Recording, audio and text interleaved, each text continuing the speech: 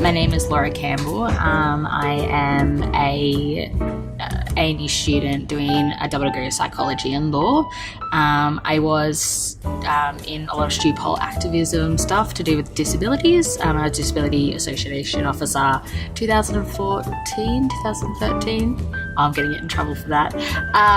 But lately, in the last couple of years, I've been doing stand-up comedy around the Canberra scene and also in the Melbourne scene, talking about my experiences with disabilities and what it's like to live like a woman in their 20s with a life of chronic illness.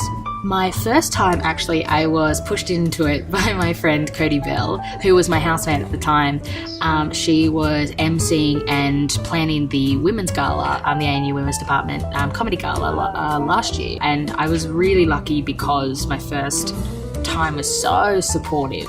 Sounds like I'm making some sort of joke about virginity, but no, it was incredibly supportive. I had a lot of friends there. I had a lot of people in the ANU student community who I knew and who had seen me in other parts of my life and were really excited to see me up on stage. So I was very, very lucky. I'll go through my sets. Your 5 minutes or your 10 minutes or your 20 to an hour will be, how many bits you get within a show. And you time those bits knowing how many. So you can so you might have a bit that is a longer bit going for about 3 minutes. Then you might have a really short bit going for about 1 minute. And so you sort of align them depending on the crowd. And you also, you usually know what sort of crowd you're going into. It's very unlikely or you're usually pretty unprepared if you're going into an audience that you have no idea about or the demographic of them.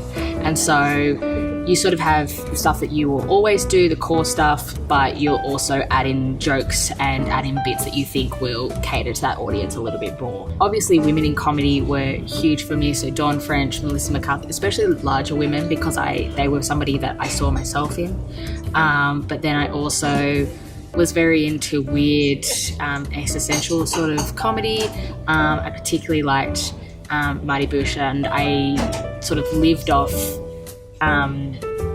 Louis C.K. and Chris Rock when I was younger. A lot of people I found a lot of inspiration from, but I think I took bits and pieces from them, but I found the ones that were strongest for me, especially as a young person, were people that I saw myself in. So seeing that representation of people like Melissa McCarthy and Dawn French and Adie Bryant being up on the screen, it was one of those things that not only made me laugh, but gave me confidence of being able to be a funny woman where my size was not the determining factor of the roles that I played.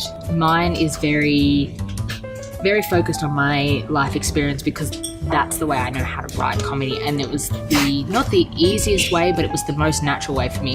Most of my choices actually have to do not just with comedy, but with the representation that I'm trying to get across.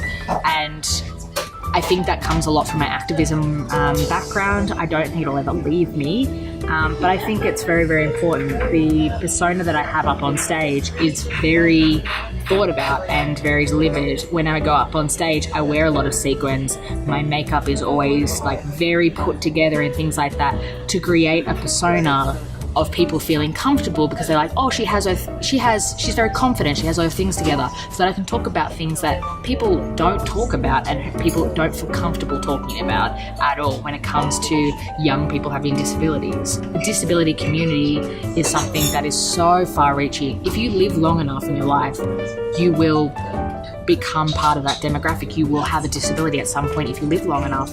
And so in that regard, it encompasses most of society. And so there's just so many stories to tell with it. And I think it's a start to start telling ones that are about younger people.